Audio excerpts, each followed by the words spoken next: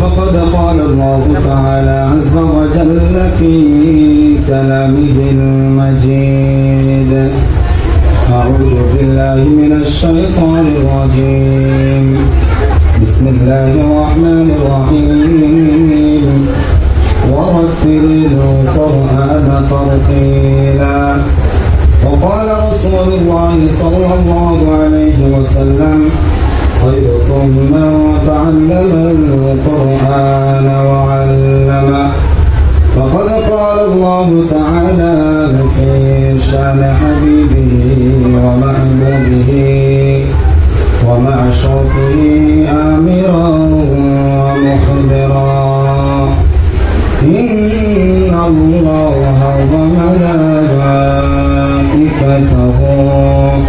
يصلون على النبي يا أيها الذين آمنوا صلوا عليه وسلموا تسليما اللهم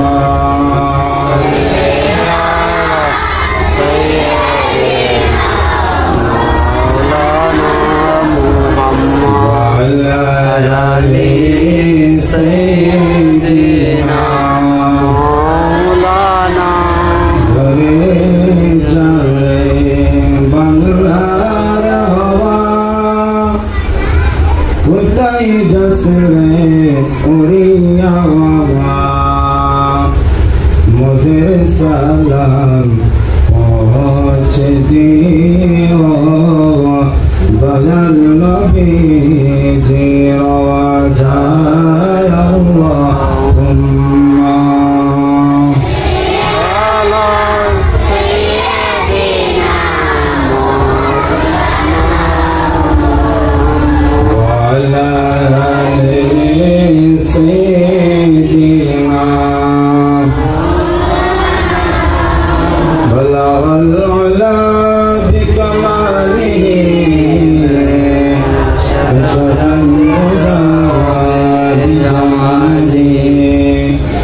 سنة جميع خصاله صلوا عليه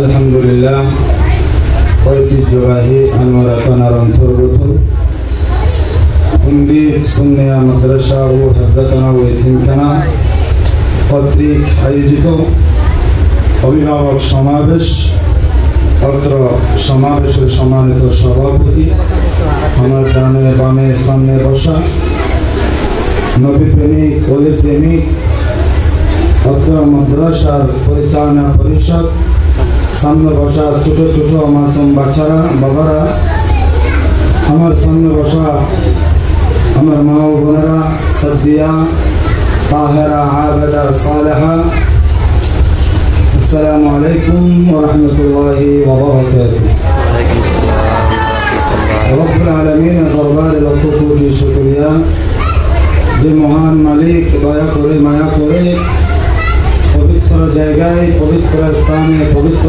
সময়ে আল্লাহর প্রিয় রাসূল সৃষ্টির সারা মুকুট বিশ্ব সভার সভাপতি সেই দয়াল নবীর নূরানী বাগানে আমাদেরকে সকাল থেকে এই পর্যন্ত বসার যে তৌফিক আমাকে আপনাদেরকে দান করেছেন সেই শুকরিয়া আদায়ের লক্ষ্যে মহব্বতের আওয়াজে বলি আলহামদুলিল্লাহ আলহামদুলিল্লাহ। সাথে সাথে লক্ষ কোটি দরুদ সালাম উম্মতের কান্ডারি নবী মায়ার নবী দয়াল নবী তারানওয়ালা বাঁচানওয়ালা উম্মতের জন্য এখন উম্মতি উম্মতি বলে যিনি সোনার মদিনায় কান্নারত আছেন সেই দয়াল নবীর নূরানী কদম মোবারকে সুদূর বাংলার জমিনের গুন্ডিপাড়া সুন্নিয়া হিফজখানার সকলের পক্ষ থেকে সালাত সালাম পেশ করছি। রব্বি করিম যাতে দয়াল নবীর কদম মোবারকে কবুল করেন সকল বলে আমিন আমিন। উপস্থিত হাজিরিন, সময় দীর্ঘায়িত করব না, যেহেতু আজকে আমার মাহফিল আছে আরও দিয়েছেন কমিটিরা একেবারে শেষ। কথা ছিল আমাকে একেবারে মাগরিবের আগে পাঁচটা করে দিবে, আমি হুট করে আলোচনা করে চলে যাব চিটাগাঙ্গে। কিন্তু এলাকার মুরব্বীদের ভাইদের মহাব্বতে আমাকে একেবারে শেষ সময়ে আমার সুযোগটা দিয়েছেন। যাই হোক, সেটা তাদের মহব্বত, আন্তরিকতা। আমি এই এলাকায় এসেছি, দীর্ঘদিন হয় না, একেবারে অল্প সময় এসেছি। দেখতে কিন্তু এত সুঠাম দেহের অধিকারী না, দেখতে এত সুন্দরও না। আল্লাহ দয়া করে রং দিয়েছেন হানায় কাবার গেলাপের রংটা, এত সুন্দর করে খোদা বানায় নাই। কিন্তু আমি এত বড় মঞ্চে আসা, রসুল আরবি মিম্বরের আশিনের মধ্যে বসা, সর্বোচ্চ স্থানে আল্লাহ আমাকে জায়গা করে দিয়েছেন এই পৃথিবীর বুকে দুটি মানুষের কারণে। আসলে তাদের নামগুলো বললে আমার আবেগটা ধরে রাখতে পারি না, কারণ আমি এমন একজন ব্যক্তি, আসমানের নিচে জমিনের উপরে আমি সবচাইতে যাকে বেশি ভালোবাসি সেটা হলো আমার গর্ভধারিণী মা। আর দ্বিতীয় নম্বর যাকে আমি বেশি ভালোবাসি সেটা হলো আমার জন্মদাতা পিতা। দুইটা ব্যক্তির দুইটা গুণ আমার জীবনে আছে। আমার মা যখন সংসার জীবন শুরু করলো আমার বাবার সাথে, আমার একেবারে আমার মায়ের গর্ভ থেকে আমার প্রথমে আমার ভাইজান পৃথিবীর জমিন আসছিলেন। উনি দুনিয়ার মায়া ত্যাগ করে আল্লাহ ডাকে সাড়া দিয়েছেন ছোট্ট বয়সে। আমার মা একেবারে পাগল করা হয়ে গেছেন, যেটা আমার ব্যক্তিগত পারিবারিক কথা আপনাদের সাথে শেয়ার করছি। আমার মা একেবারে পাগল করা হয়ে একদম পাগল হওয়ার পরে পরবর্তীতে আল্লাহর দয়া মেহরবানি করে আমার দুটো বোন হয়েছে, বড় বোন।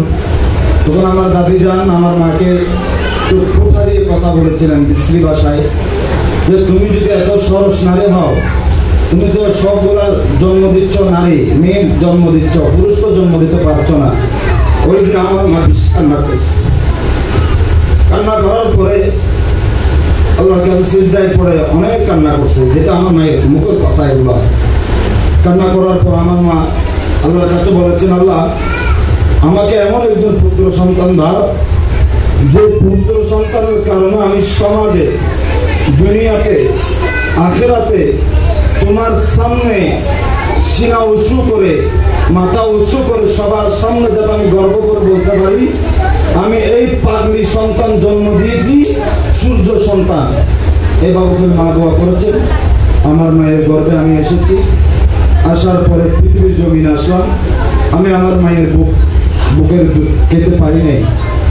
একেবারে ছোট্ট বয়সে এই যে আপনারা ফুরকানিয়া চালু করেছেন, অনেক প্রতিষ্ঠান চালাচ্ছেন, এভাবে ছোট্ট ছোট্ট বাবারা যেভাবে আসছে, ঠিক আমার বড় দুই বোনে আমাকে ফুলো করে আমাদের গ্রামের বাড়িতে ফুরকানিয়া মাদ্রাসায়, বাবার একটু কথা বলবেন না প্লিজ, একটু চুপ করো, কথাগুলো শোনো। তখন আমি একেবারে ছোট্ট বয়সে নুরানিতে ভর্তি হলাম। ওই যেই দিন আমার মা আমাকে ভর্তি করা দিয়েছিলেন নুরানি প্রতিষ্ঠানে, ওই দিন সোমবার, বৃহস্পতিবার, জুমাবার, এই তিনটা দিন আমার মার যদি শরীর সুস্থ থাকতো, আমার মা কখনো রোজা ছাড়ে না।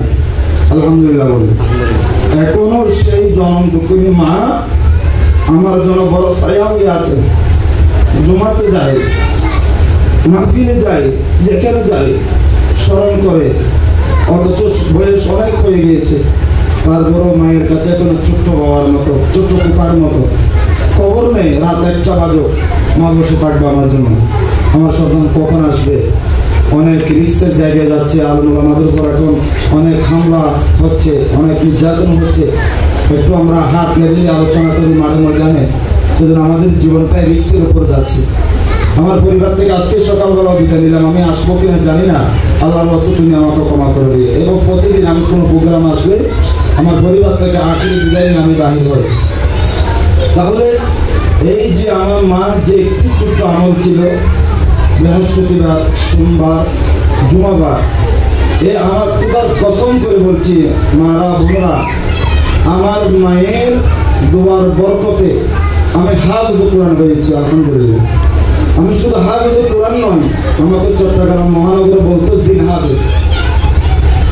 আমার থেকে যদি প্রশ্ন ইনস্ট্যান্ট করতে পারেন এই মুহূর্তে বর্তমান কোনো অসুবিধা নেই। সূরা ফাতিহা যেরকম একজন মানুষ থেকে পবিত্র আল্লাহর কালাম 6666টি আয়াত কারিমা আমায় গুনাহগারের থেকে সেই একই লেভেলে। সূরা ফাতিহা যত সহজ, পুরা কালামটা আমার এত সহজ। এটা আমার এভাবে পেয়েছি আমার মায়ের দোয়া, আলহামদুলিল্লাহ বলেন। এই মায়ের দোয়ার কারণে হয়েছে হাফেজুল কোরআন। আর এইভাবে বক্তব্য আকারে কিভাবে সাজাচ্ছি, আমি ওয়াইজির বক্তা কেমন হয়েছি, সেটা হলো আমার বাবার দোয়া। বাবা দুনিয়াতে নাই, মারা গেল। আজকে 11টি মাস চলছে এতিম, বাবা ছাড়া পৃথিবীতে দিন কাটাচ্ছি। একটা রাত বাবা ছাড়া কাটাইনি আমি। বাবার বেশি পাগল ছিলাম, স্বপ্নের সন্তান ছিলাম। বাবা 4 জন আলেমের ওয়াজ শুনত। একজন হলো নূরী শাহ হুজুর, আরেকজন আবু সুফিয়ান আবিদি আল কাদের শাহ হুজুর, আরেকজন হাসান রাজা হুজুর, আরেকজন ভিন্ন আকিদার হলেও আলেম হিসেবে আমার অনাশ্রদ্ধা করত দেওয়ার হোসেন সাইদি সাহেব। এই 4 জন আলেমের ওয়াজ আমার বাবা সবসময় শুনত। শোনার পরে বলতো, আল্লাহ আমার এই কলিজার টুকরা সন্তানকে যদি তুমি এভাবে মঞ্চে দাঁড় করাই দাও, আমি দুনিয়াতেই ধন্য, কিয়ামতের ময়দানে আল্লাহ আমি ধন্য। ততদিন আমাকে হায়াত দাও যতদিন আমার সন্তান আমি আলোচনা শুনতে পারবো। আমার একেবারে আমার বাবার জীবনের শেষ আমার মাহফিল শুনেছেন চকরিয়ার জমিনে। আমার আগের বক্তা ছিলেন জমাতের, আমার একেবারে শেষের বক্তা ছিলেন কওমি আকিদার, মাঝখানে ছিলাম আমি সুন্নি আঙ্গিনা। তখন আমার বাবা একটু ভয় পেয়ে গেল। আমার ভাইরা বলছে, বড় ভাইরা ছোট ভাইরা বলছে, দাদা আপনি হুঁশিয়ার আলোচনা করিয়েন, যেহেতু আপনার আগে আপনার আকিদার ভিন্নমত, পিছুও আপনার ভিন্নমত। তো আমি আমার বাবাকে কদমে একটু চুমা দিলাম।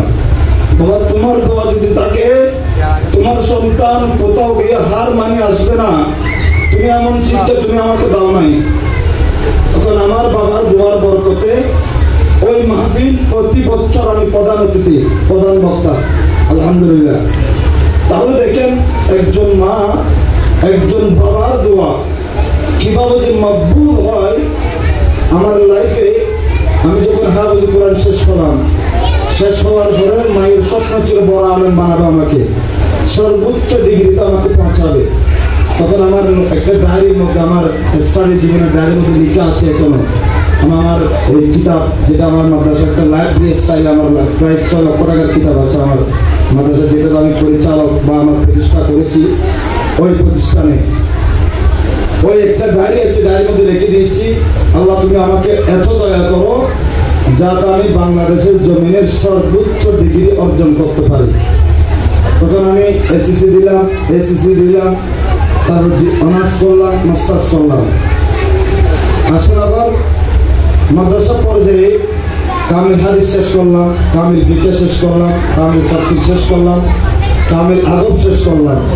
আবার চট্টগ্রাম ইউনিভার্সিটি সিইউ থেকে অ্যারাবিক ডিপার্টমেন্টের উপর অনার্স মাস্টার্স করেছি 2017 সালের বিএসএমএ।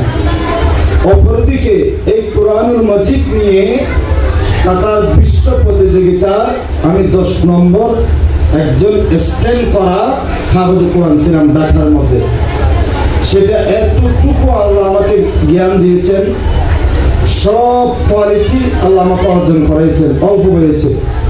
আমার মারা বলতে পারবেন আমার বয়স তেমন হয় নাই, কিন্তু এই যে ইমরান, এই ইমরান ছিল আমার এই ছোট্ট বাবা।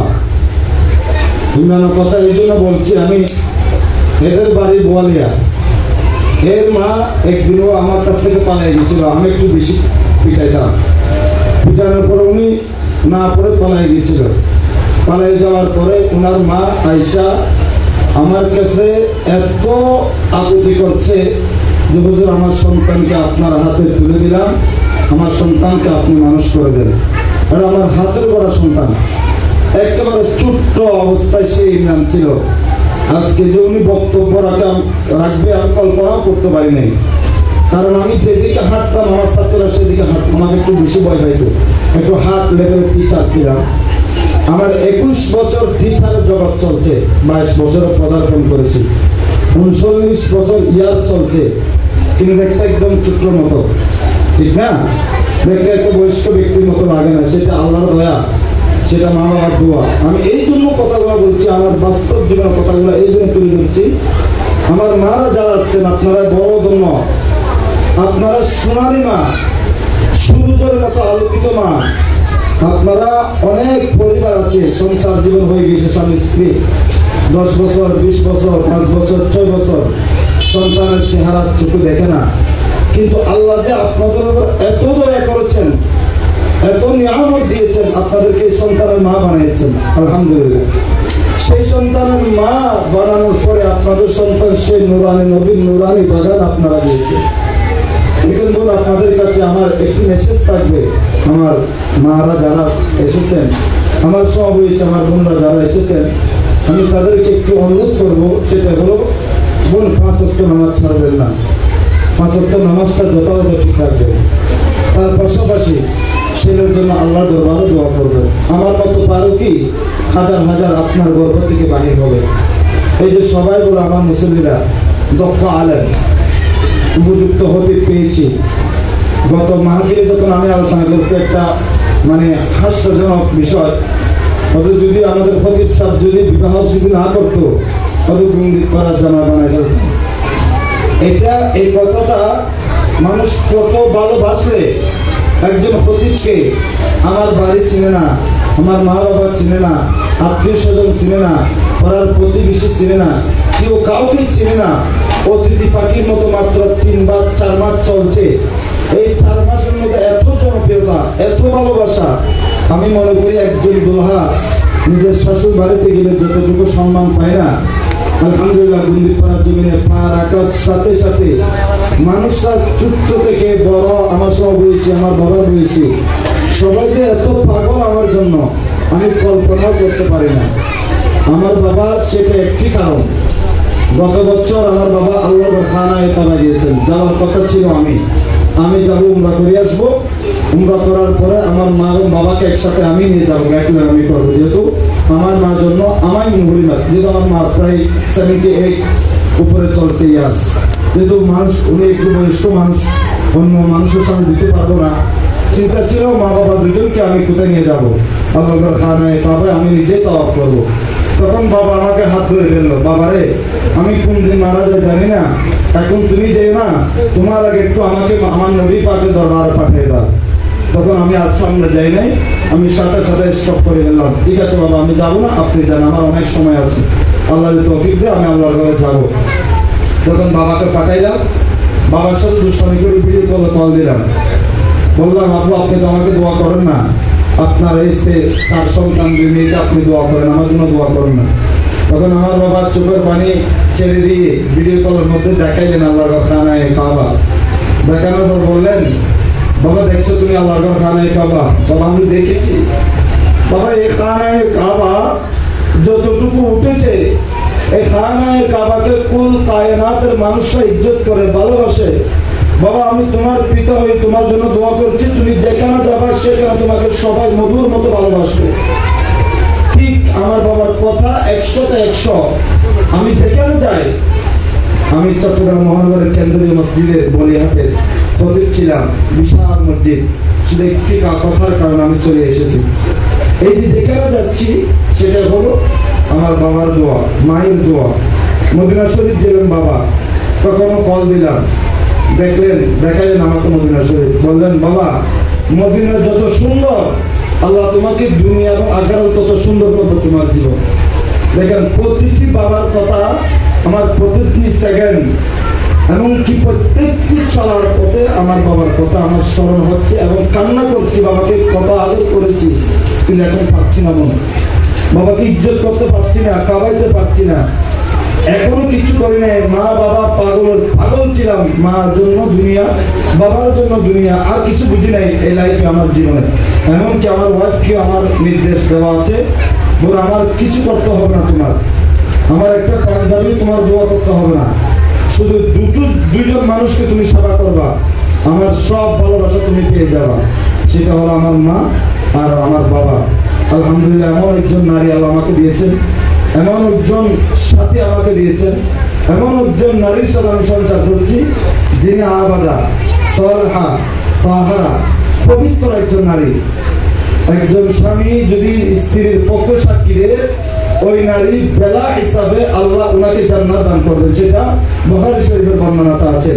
কিন্তু আমি স্ত্রীর পক্ষে আমি আলেম হয়ে আমি সাক্ষ্য দিচ্ছি আমার স্ত্রী জান্নাতি, কারণ সেটা হলো উনি তাহাজ্জুদ নামাজ ছাড়া ঘুমায় না।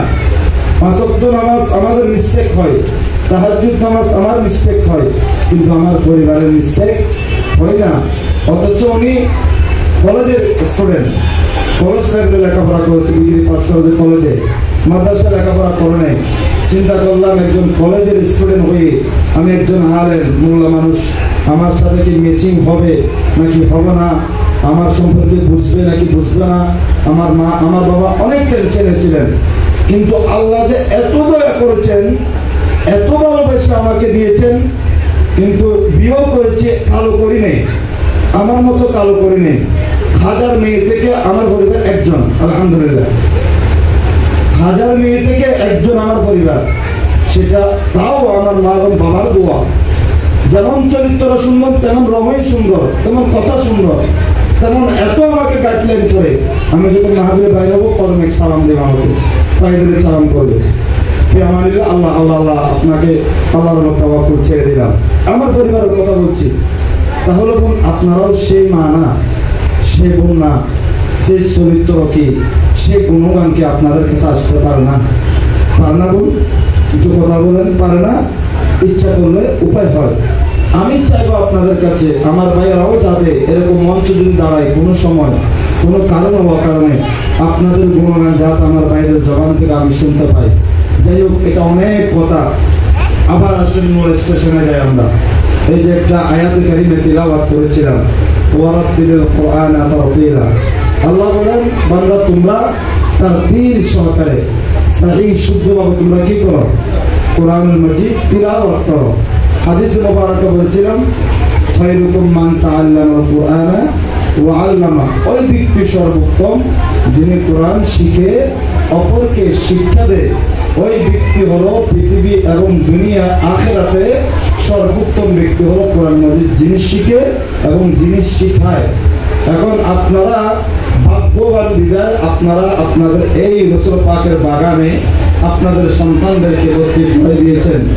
এই মূল ফাউন্ডেশন হচ্ছে ইসলামের ভূমিকার মধ্যে, এটাই হচ্ছে আমাদের মূল ফাউন্ডেশন।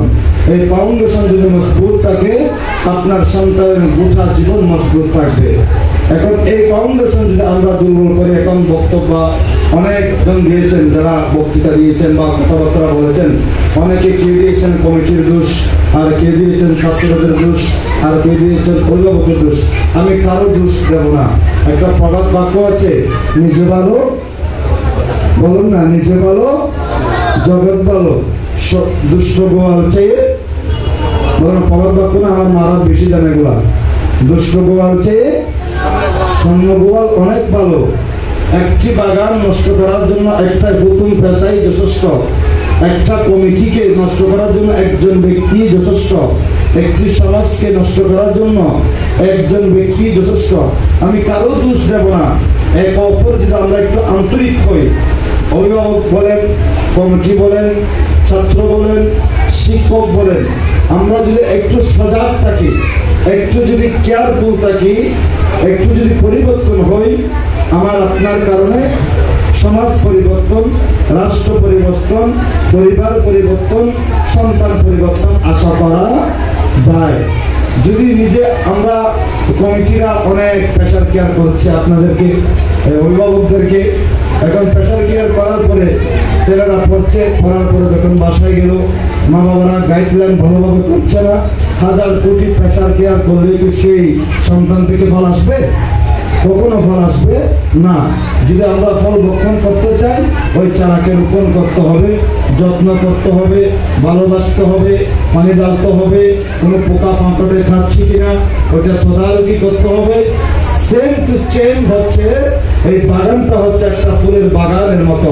এই ফুলের বাগানে আমরা যত যত্ন নিয়ে পানি ডালবো, যত তদারকি করব, যত আমরা তাদেরকে ভালোবাসা দেব, আমরা ঠিক ওই যে ফুলের বাগান থেকে যেভাবে সুবাস পাবো, ফল ভক্ষণ করতে পারবো, আমরাও এই ছাত্রদেরকে ভালো কিছু জিনিস আদায় করতে পারবো। এখন অভিভাবকের 1 নম্বর কারণ হলো মা বাবার। আমি আপনাদেরকে উপদেশ দিচ্ছি না, জাস্ট আপনাদের সাথে আমার মনের ব্যক্তটা শেয়ার করছি, কারণ আপনাদেরকে উপদেশ দেওয়ার মতো আল্লাহ আমাকে এতটুকু জ্ঞান দেয় নাই। আমি একজন ছোট্ট মানুষ, কিন্তু আমার কাছে দোয়া হচ্ছে ইবাদতের মূল। আমি বললাম প্রথমে আমার মা এবং বাবার দোয়া ছায়া আমার আল্লাহ এবং আল্লাহ রাসূলের ভয়ে আমার মাথার উপর আছে। এতটুকু আমার বড় সম্ভব, বড় হাতিয়ার।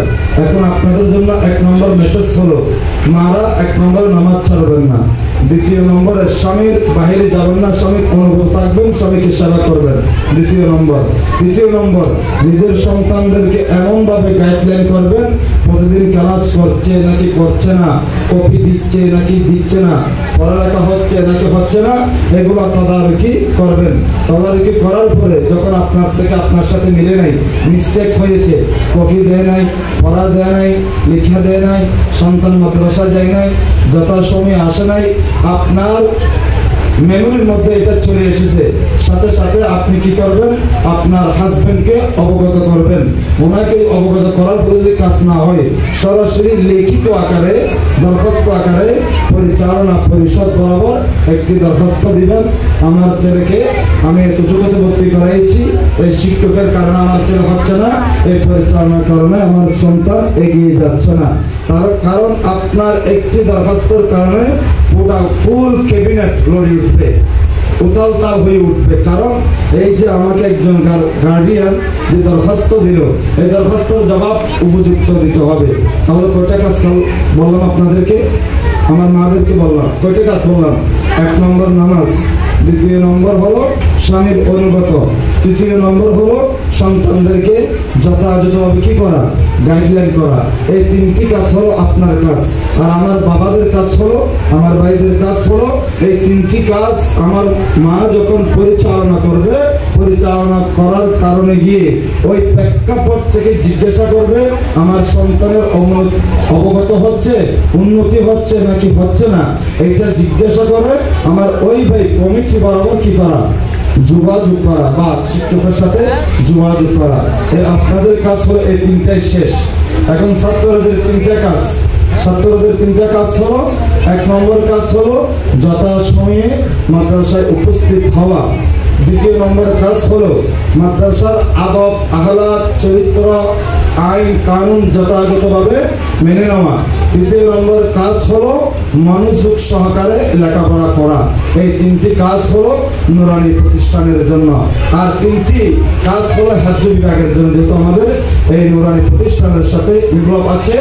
এক আছে হেফজুল কোরআন বিভাগ, এটা বিস্তারিত অল্প সময় তো এত কথা বলা যাবে না, কিন্তু চেয়েছিলাম প্রায় মূল গুছানো আলোচনাটা আপনাদেরকে উপহার দেব। সময় স্বল্পতার কারণে ওইদিকে যেতে পারছি না, কিন্তু হাজ্য বিভাগের জন্য 3টি উপদেশ। সেটাই হলো 1 নম্বর, খাবার কম খেতে হবে, পরিমাণ হচ্ছে একটু কম। 2 নম্বর, ঘুম কম যেতে হবে। এটা তালিমের মতো আলিমের মতো আছে এই কথাগুলা। যারা শিক্ষক আছেন, সম্মানিত শিক্ষকরা, যদি সুযোগ থাকে, তালিমের মতো আলিম উর্দু আছে, বাংলাও আছে, আপনারা একটিবার স্টাডি করবেন। কারণ শিক্ষকতা তারই সাজে যে সোহাগ করতে জানে। আর সব শিক্ষক শিক্ষক নয়, সব আলেম আলেম নয়, সব মোল্লা মোল্লা নয়, কিন্তু মোল্লার মধ্যে গুণগান আছে কিনা, শিক্ষকের মধ্যে সে আদর্শ শিক্ষক কিনা, ওই গুণগান দেখতে হবে, ঠিক না? এখন দেখা যায় পাঞ্জাবে একটা পড়লে আমরা মোল্লা দাবি করি, শিক্ষকতা করলে আমরা শিক্ষক দাবি করি, কিন্তু শিক্ষকের কত মর্যাদা, একজন আলেমের কত মর্যাদা। কিয়ামতের ময়দান যখন কায়েম হবে, সমস্ত ব্যক্তিরা হাহাকার করবে, বই তফতাল করে কাঁদতে থাকবে। কিন্তু এই পৃথিবীর জমিনের একমাত্র জাতি আল উলামা ওয়ারাসাতুল আম্বিয়া, যাকে আল্লাহর প্রিয় রাসূলের ওয়ারিস বলে স্বীকৃতি দিয়েছেন, সার্টিফিকেট দিয়েছেন, তারাই হলো কিয়ামতের ময়দানে তাদের জানকা পতাকা উঠবে। সুবহানাল্লাহ। তারাই হলো জাতির সূর্য সন্তান, শ্রেষ্ঠ সন্তান, আলেমে দ্বীন। এখন আলেম খারাপ, যাদের কাছে আলম আছে, আমল আছে, তাকওয়া আছে, পরহেজগারিতা আছে, তারাই হলো সত্যিকার আলেম। যাই হোক, সেটা ভিন্ন আলোচনা, সেদিকে যাচ্ছি না। তাহলে হাজ্য বিভাগের জন্য এই 3টি সবক, নুরানির জন্য 3টি সবক, আমার মাদের জন্য 3টি সবক। এখন আসুন কমিটির বেলায় পরে যাব, তারপরে আসবো শিক্ষকদের বেলায়। আমার কথাগুলো একটু খুব কেয়ারফুল করে শুনেন, জীবনের কাজে আসবে ইনশাআল্লাহ। শিক্ষকের জন্য 3টি উপদেশ হলো, 1 নম্বর শিক্ষকের 1 নম্বর দায়িত্ব হলো সন্তান যখন আসবে আমাদের স্টুডেন্টরা ছাত্ররা এক বাক্যে মনস্থিরতে হৃদয়ের মণিকুঠায় জায়গা দিতে হবে, এটা আমার জন্ম দেওয়া সন্তান যেরকম আদরের ঠিক এই সন্তানটা আমার এই সন্তানের মতো। 1 নম্বর শিক্ষক থেকে নিজের সন্তানের মতো হয়ে বুকে ধারণ করতে হবে। 2 নম্বর হলো এই যে পাঠদান করাচ্ছে আমি যথাযথ হকটা আদায় করতে পারছি কিনা। ছাত্র 3 ভাগে বিভক্ত, কিছু ছাত্র হয় একেবারে দুর্বল, আর কিছু ছাত্র হয় একটু মেধা আছে, আর কিছু ছাত্র হয় হাই লেভেলের মেধা, খুব ভালো মেধা আছে। এখন আপনি যদি হাই লেভেলের মেধাবী ছাত্রকে যদি একেবারে লো লেভেলের মেধাবী ছাত্রকে যদি এক করেন সমঝোতা করেন কখনো হবে না। সেজন্য বলতে হবে যাকে যতটুকু টিচিং দেওয়া দরকার, যাকে যতটুকু সময় দিলে সে একজন অসহায় ছাত্র, সে একজন মেধাহীন ছাত্র মেধাবী হয়ে উঠে একজন শিক্ষককে সেভাবে গাইডলাইন করতেই হবে। এটা হলো 2 নম্বর। 3 নম্বর হলো দৈনিক পড়ার রুটিন, দৈনিক পড়ার বাড়ির কাজ, দৈনিক পড়া আদায় হচ্ছে নাকি হচ্ছে না। যিনি বিশেষ করে পরিচালক আছেন উনি হচ্ছেন হেড অফ দ্য ম্যান, এই ডিপার্টমেন্টের হেড, ডিপার্টমেন্টের প্রধান। উনি যদি আমার মতো কালো যারা আছে তাদেরকে ঘৃণা করবে, আমার জেনারেল ভাইয়ের মতো সুন্দর যারা আছে তাদেরকে ভালোবাসবে, তাহলে তো হবে না, কখনো প্রতিষ্ঠান চলবে না। কালের যে গুণাগুণ সুন্দরেরও সেই গুণাগুণ, পুঁথিপুতির সন্তানের যে গুণাগুণ একেবারে একজন সুইপারের সন্তানেরও সেই গুণাগুণ। কমিটির সন্তান আমার অনেক ভালো লেগেছে, আমার শ্রদ্ধাভাজন রফিক ভাই মসজিদের কমিটির মধ্যে কেশিয়ারের দায়িত্বে আছে, ওনার একটি কথা আমাকে এত মুগ্ধ করেছে, এত খুশি করেছে, বলার মতো ভাষা নাই।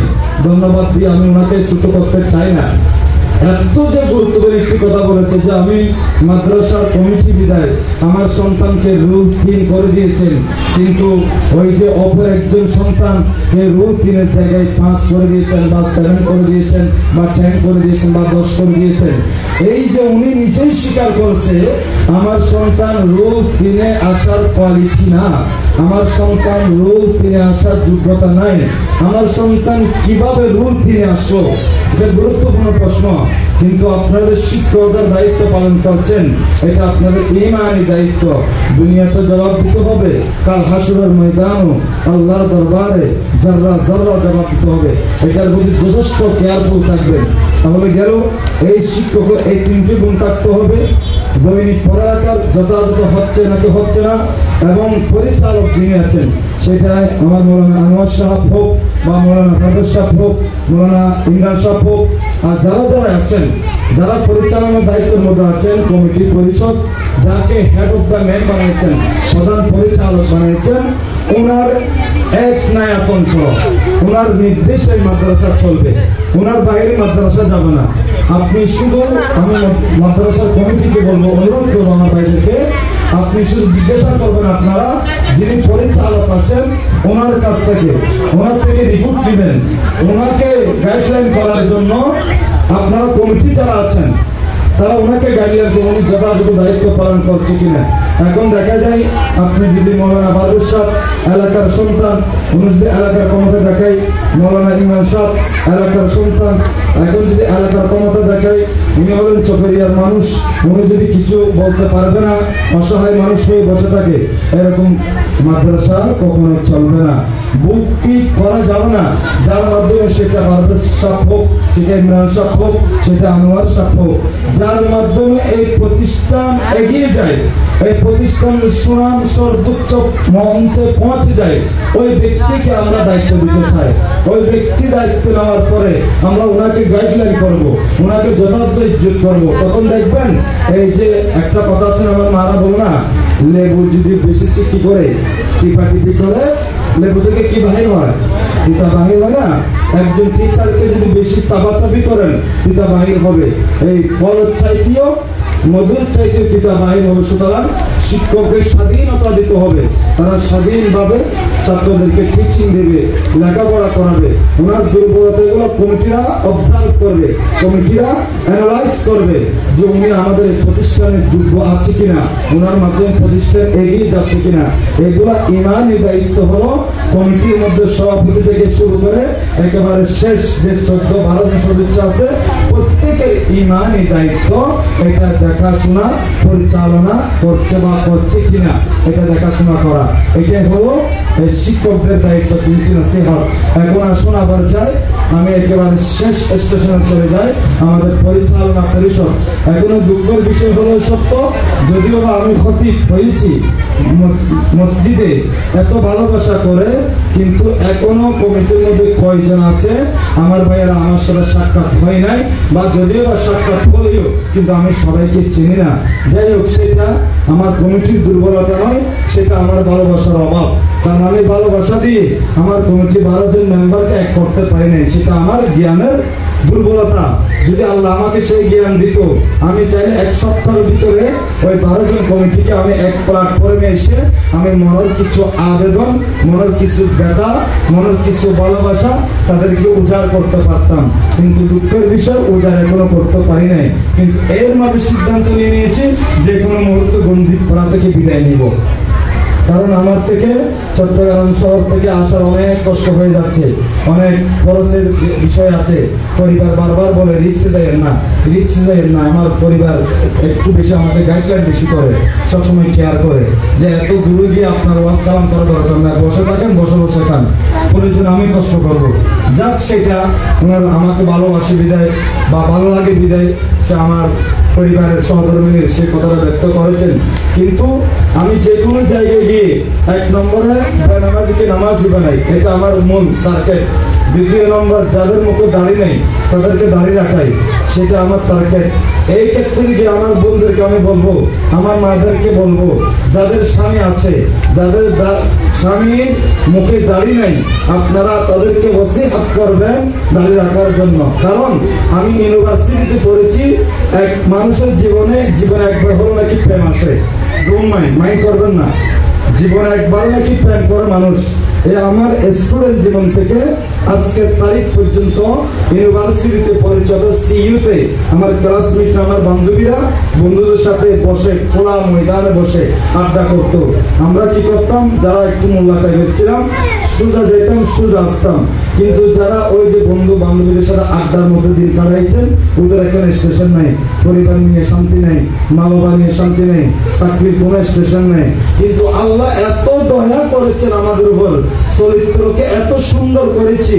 39 বছর বয়সে একটা সেকেন্ডের জন্য পাপ কাজে আমি ফারুকি লিপ্ত হয় নাই। আলহামদুলিল্লাহ বলেন। এইভাবে আমার জীবনটাকে আমি গঠন করেছি। আমার পরিবার এই জন্য আমাকে বেশি মানে। উনি বলে সবসময় দোয়া করে, আল্লাহ আমি যে এত পবিত্র একজন স্বামী পেয়েছি, আল্লাহ তুমি আমাকে দয়া করে এত সুন্দর পবিত্র একজন মানুষ আমাকে সঙ্গী বানিয়েছ। এই যে স্বামী স্ত্রীর প্রতি এক অপরের প্রতি প্রেম, এত আন্তরিকতা, ভালোবাসা, এই যে আমি পিএইচডি করার জন্য আবেদন করেছি, আল আজহার ইউনিভার্সিটি যাব। গত বছর আবেদন করে ফেলেছি ইউনিভার্সিটি, ওইখান থেকে আমি ডিগ্রি নিয়ে আসবো। আমার পরিবার বলো, হয়তো আপনি যখন মিশরে যাবেন, ইউনিভার্সিটিতে যাবেন, হয়তো এদিকে আমার লাশ দেখবেন। দেখেন, হয়তো আপনার থেকে আর ডিগ্রি নেওয়ার দরকার নাই, হয়তো আপনাকে যদি আমি 2 চোখে না দেখে আমি থাকতে পারি না। এই যে প্রেমটা সৃষ্টি হলো আমাদের স্বামী স্ত্রীর মাঝে, কেন জানেন? আমার আদর্শটা ঠিক ছিল বিদায়, আমার চরিত্রকে আমি গঠন করেছি বিদায়। উনি আমার পরিবার এত চালাক, উনি আমার প্রত্যেকটি বন্ধুর যে কোনো কৌশলে আমার পরিবার, পরিজন, আত্মীয় স্বজন থেকে আমার রিপোর্ট নিয়ে নিয়েছে যে আমি মানুষটা কিরকম। আলহামদুলিল্লাহ, এখনো পর্যন্ত আমার আত্মীয় স্বজন একটা খারাপ রিপোর্ট দিতে পারে নাই। সামনেও পারে কিনা জানি না, তবে চেষ্টা করব। এই যে আমার আমলে আমি আছি, আল্লাহ পাক যাতে আমাকে এই আমলের মধ্যে রাখে, আপনাদের কাছে দোয়া চাই। এখন আমার কমিটির বেলায় যাই। কমিটির দায়িত্ব হলো, মাদ্রাসা দিলাম, স্বাধীনতা অর্জনের চেয়ে, বলেন না পড়ার বাক্য জানেন আপনারা, স্বাধীনতা অর্জনের চেয়ে রক্ষা করে বড়, মাদ্রাসা দেওয়াটা বড় না। মাদ্রাসা পরিচালনা করাটা বড় না, মাদ্রাসা যথাযথভাবে হচ্ছে কিনা সেটাই হচ্ছে বড় কথা, লেখাপড়া হচ্ছে কিনা সেটাই বড় কথা। এখন কমিটির মধ্যে আমার ভাই রহিম ভাই চমৎকার বলেছেন। ওদের একটা জুমলা সরবের মধ্যে একটা কথা আছে, ওদের লাইসার শাবাব আউদু, আল্লাহ আমাকে যৌবন কালটা ফিরিয়ে দাও। আল্লাহ বলেন লাইসার শাবাব আউদু, বান্দার যৌবন চলে গেলে আর ফিরে আসে না, সময় চলে গেলে সময় আর আসবে না। আল্লামা শেখ সাদি রহমতুল্লাহ আলাইহি তিনটা জিনিসের বাক্য দিয়েছেন, তিনটা জিনিস চলে গেলে জীবনে আর ফিরে আসবে না। তারা তিন বন্ধু। কয় বন্ধু? তিন বন্ধু। এটা জীবনের জন্য শিক্ষা আসবে, আপনাদের অনেক কাজে আসবে। এক নম্বর বন্ধু হলো দৌলত। এক নম্বর বন্ধু কি? দৌলত। দ্বিতীয় নম্বর বন্ধু হলো ইলম, জ্ঞান। তৃতীয় নম্বর বন্ধু হলো টাকা। কয়টা বন্ধু তারা? তিনজন বন্ধু। এক বন্ধুর নাম কি? যার কাছে জ্ঞান আছে। ওই এলম প্রশ্ন করলেন টাকাওয়ালাকে, বন্ধু তুমি যদি আমার কাছ থেকে চলে যাও আমি তোমাকে কোথায় পাবো? ওই বন্ধু বলতে লাগলেন, বন্ধুরে আমি যদি তোমার এই স্থান থেকে চলে যাই আমাকে তুমি পাবা বড় বড় যেখানে ব্যবসা হয়, বিজনেস হয়, চাকরি হয়, টাকার আনাগোনা হয়, আমি টাকাকে তুমি সে স্থানে পেয়ে যাবা। উত্তর কে দিল? টাকা ইলমকে উত্তর দিল। এখন টাকা প্রশ্ন করলেন ইলমওয়ালাকে, ওহে ইলম তুমি যদি আমার এই সামনে থেকে চলে যাবা, চলে যাওয়ার পর তোমার জন্য আমার হৃদয়টা কাঁদে, তোমার যদি দেখতে মন চায় আমি তোমার কোথায় তালাশ করবো? তখন ওই ইলম বলে, ও ভাই টাকাওয়ালা তুমি আমাকে তালাশ করবা পাঠশালায়, যেখানে পাঠদান করা হয়, মাদ্রাসায়, বুরখানিয়াতে, নুরানিতে, স্কুলে, ইউনিভার্সিটিতে যেখানে পাঠ দেওয়া হয় ওই পাঠশালার মধ্যে যদি আমাকে তালাশ করো আমাকে তুমি পেয়ে যাবা। তাহলে উত্তর হয়ে গেল, ওই টাকার উত্তর পেয়ে গেলেন, এলমওয়ালার উত্তর পেয়ে গেলেন। এখন তৃতীয় নম্বর ইজ্জতওয়ালা প্রশ্ন করলেন, ভাই তোমাকে পাবো পাঠশালায় আর টাকাওয়ালাকে পাবো বিজনেসম্যানের কাছে গেলে, কিন্তু আমি ইজ্জত চলে গেলে আমাকে কোথায় তুমি তালাশ করো? তোমরা তো প্রশ্ন করছো না।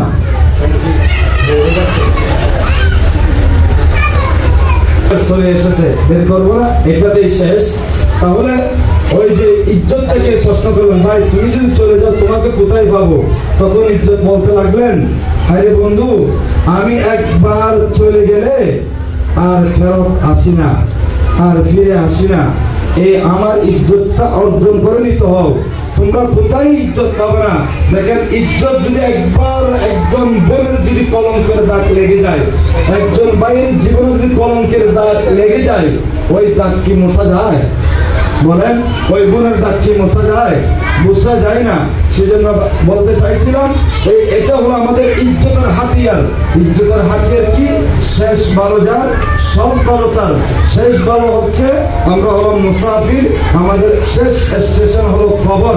মালাকুল মউত যখন আসবে, আমার সন্তান আপনার সন্তান যখন আমার পাশে আপনার পাশে দাঁড়িয়ে কোরআন মাজিদ তিলাওয়াত করবে, সেটাই হলো একজন মা একজন বাবার জন্য বড় ধন্য, বড় নিয়ামত। এখন আমার কমিটি যারা আছেন আমি তাদেরকে বলবো এটাই বলে আলোচনা শেষ করে দেবো। কমিটি ভাইরা যারা আছেন, এক নম্বরে 14 জন থাকেন, 12 জন থাকেন, আপনাদের সবাই টেকনিক বাদ দিয়ে, রাজনীতি বাদ দিয়ে, গোষ্ঠী বাদ দিয়ে, ভেদাভেদ বাদ দিয়ে, এক অপর উপর হাত তুলে হাত রেখে এই আপনারা মসজিদে মাদ্রাসায় এসে প্রতি 1 মাস 2 মাস একটা কি করেন, মিটিং করেন। মিটিং এর মাধ্যমে আপনার মনের ব্যক্ততা ব্যক্ত করেন, মনের আবেগটা শেয়ার করেন। তখন যদি কোনো ভাইয়ের মধ্যে যদি ভুল বোঝাবুঝি থাকে ওই ভুলটা দূর হয়ে যাবে। এটার প্রতি যথেষ্ট আপনারা সচেতন থাকবেন। এইভাবে যদি আমরা রাজনীতিকে যদি এই কমিটির মধ্যে ঢুকাই, মাদ্রাসাও বরবাদ হয়ে যাবে, মাদ্রাসাও বরবাদ হয়ে যাবে। যদি এখানে এতটুকু আমি আলোচনা শেষ করি, যেহেতু সময় একেবারে কাটাই হয়ে গিয়েছে। কোনো এক সময় যদি আমাকে যদি কমিটির সাথে বসায় আমি কমিটির সাথে বসবো, বসার পরে আমার ক্ষুদ্র জ্ঞানে আমার প্রিয় ভাইদেরকে, আমার শ্রদ্ধা ভাইজন বড় ভাইদেরকে আমি পরামর্শ দেব। এবং বিশেষ করি যেহেতু এটা নুরানি বিভাগের হচ্ছে, হেফজখানাটা আলাদা, হেফজখানা ডিপার্টমেন্ট ভিন্ন একটা ডিপার্টমেন্ট, ওইটা নিয়ে যথেষ্ট জ্ঞান থাকতে হবে, যথেষ্ট আলোচনা করতে হবে। এটা আমি পরবর্তীতে কোনো অনুষ্ঠানে এসে কোনো বৈঠকে আমি এটার বিস্তারিত সমাধান দেব। যা আলোচনা করলাম, যা আপনাদেরকে শুনাইলাম, আমি শুনলাম, এই মঞ্চে শুনলেন, আজকের যে সমাবেশ হয়েছে, আজকের যে অনুষ্ঠান হয়েছে, আল্লাহ সুবহানাহু ওয়া তাআলা আমাদের এই অনুষ্ঠানকে কবুল করুক, আমিন বলি। এখন শেষ একটি কথা, মাগনা জিনিসের কোনো দাম নাই। মাগনা জিনিস আপনার ছেলে একজন ইংরেজি টিচার দিলে ওইখানে 500, 1000, 2000 টাকা দিতে হয়। একজন মেয়েদের টিচার দিলে ওইখানে 500, 1000, 2000, 1500 টাকা দিতে হয়। আমার প্রতিষ্ঠানে ছেলে ভর্তি করাচ্ছি 5000 টাকা ভর্তি ফিস, 8000 টাকা প্রতি মান্থলিক বেতন। কয় হাজার? 8000 প্রতি মাসে 8000 বেতন দিতে হয়। একবার ভর্তি হওয়ার সময় 5000 টাকা দিয়ে ভর্তি হতে হয়। দেখেন কত লেখাপড়ার স্ট্যান্ডার্ড, মা বাবা কত কষ্ট করে টাকাগুলো দিচ্ছে। কিন্তু আমি আমার সেক্রেটারি মহোদয় থেকে জানলাম আমাদের এখানে ছাত্রদের বেতন কত, শুধু 200 টাকা, 300 টাকা, 100 টাকা। তখন বললাম আপনি কেমনে পরিচালনা করবেন এই প্রতিষ্ঠান? এই প্রতিষ্ঠানে কিভাবে সন্তান বাইরে হবে? ওরা তো টাকা দিয়ে ছেলে পড়াচ্ছে না, মাগনা দিচ্ছে, মাগনা যাচ্ছে। সেই জন্য গার্জিয়ানরাও হয়তো কোনো কথা যাক, কোনো কথা আসুক। আমি আপনাদেরকে ছোট করছি না বোনরা, আল্লাহ আমার বোনরা যারা আছেন, আল্লাহ আপনাদেরকে অনেক তৌফিক দিয়েছেন। কিন্তু আপনাদের কাছে, আপনাদের কদমে আমার দুটো হাত রেখে আমি আপনাদেরকে বলবো, আপনারা একটু আন্তরিক হন, এই বেতন ফিসটা একটু বাড়ান। আপনাদের অভিযোগ থাকলে কমিটিকে জানান, কমিটিকে জানান। হ্যাঁ, যারা একেবারে গরিব অসহায় আছে তাদের জন্য আলাদা একটা বিষয়। কিন্তু এই যে আমার যতটুকু জানি মন্দিরপাড়া বাসীর মতো গরিব কেউ নাই। 100 টাকা, 200 টাকা এটা দিয়ে উনি আমাকে বলেছেন সেখানে মতো 15,000 টাকা নাকি উঠে প্রতি মাসে। কিন্তু খরচ হয় কত? 65,000 টাকা খরচ হয়। আচ্ছা, আমি জিজ্ঞাসা করলাম, ভাই আপনাকে কি বেতন দেয়? আপনি যে সেক্রেটারির দায়িত্ব পালন করছেন, কতদূর বেতন? তো দূরের কথা, আরো প্রতি মাসে পকেট থেকে দিতে হয়। এইভাবে যদি ওরা একদিন দিল, 2 দিন দিল, 3 দিন দিল, আর পরের দিন আর দিবে না, এই যে মাদ্রাসা বন্ধ করার কথাটাও জবানে কোনোদিন আনবেন না আপনারা। আমি আপনাদের কদমে হাত রেখে বলছি কথাগুলো, কারণ এটা আপনার আমার বাগান নয়, এটা হলো আমার রাসূল আরবি, দুই জাহানের বাদশা, যে নবীর কারণে দুনিয়া পাইলাম, আখিরাত পাইলাম, জান্নাত পাইলাম, এত নিয়ামত পাইলাম, ওই মদিনাওয়ালা রাসূল পাকের বাগান। এই বাগান কখনো আমার পরিচালনা পরিষদকে কদম ধরে বলে আমি কোনোদিন জবানে বলবেন না আমরা প্রতিষ্ঠান কি করে দেব, বন্ধ করে দেব। হ্যাঁ, যারা আমার ভাইদের অনেক বয়স হয়েছে, অনেক খেদমত করেছে, যদি ওনারা নিজ থেকে যদি এই যে কি করে যে কমিটি থেকে যে ইস্তফা দেয় সেটা ভিন্ন কথা। আমি দেখছি এখন ওনার যোগ্যতা আছে, উনি পরিচালনা করতে পারবেন। আমি বলবো আমার যুবক ভাইরা যারা আছে তাদেরকে নিয়ে সমাজে বসে, গোষ্ঠীর মধ্যে বসে আপনার শক্তিশালী হন, মজবুত হন। একটা জিনিস টিকে রাখার জন্য 3টা জিনিস প্রয়োজন: অর্থ, শ্রম, মেধা। অর্থ, শ্রম, মেধা। অর্থ, শ্রম, মেধা। এই 3টা জিনিস যে কোনো সেক্টরে যদি না থাকে ওই সেক্টর দুর্বল থাকবে। আর এই 3টা জিনিস যে কোনো সেক্টর আছে ওই সেক্টর বড় শক্তিশালী হবে। এই বলে আমার কথা শেষ করলাম। যদি কোনো আলোচনা যদি ভুল হয় আমার মাদের কদমে হাত রাখি ক্ষমা চেয়ে নিচ্ছি, সবার কাছে ক্ষমা চেয়ে বিদায় নিচ্ছি। ওমা আলাইনা ইল্লাল বালাগ।